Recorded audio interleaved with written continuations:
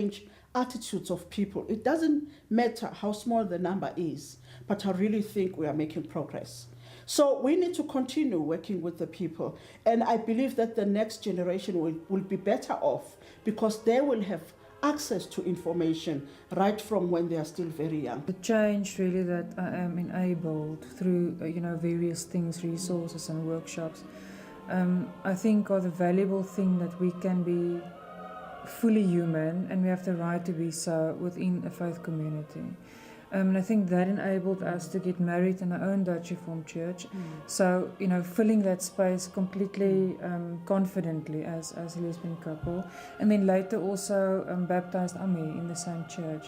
And I think really that was, in a sense, it felt like full circle for us because we started being really afraid to go to that particular congregation. And then, the change and through all the input and the journey, we felt that we can do that. Is change possible in the church? Most definitely.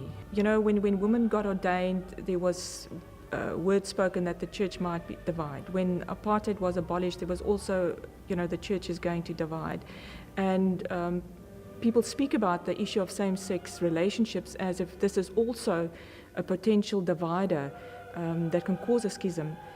However, I think that if we're working alongside one another and if we're taking our people on this journey, which will take patience, we will be able to hold the unity of the church and take the church to a new place where there can be life, where people's lives can be healed and transformed. Because we were one drop that were constantly dripping on the rock that helped make a hole, I cannot say I caused that hole in the rock. It's many drops that made that hole. But I do know and I do have the satisfaction that we were a driving force behind that constant dripping that made the hole in the rock. And I feel that this calling I had was God-given. And because I believe it was God-given, it was therefore blessed.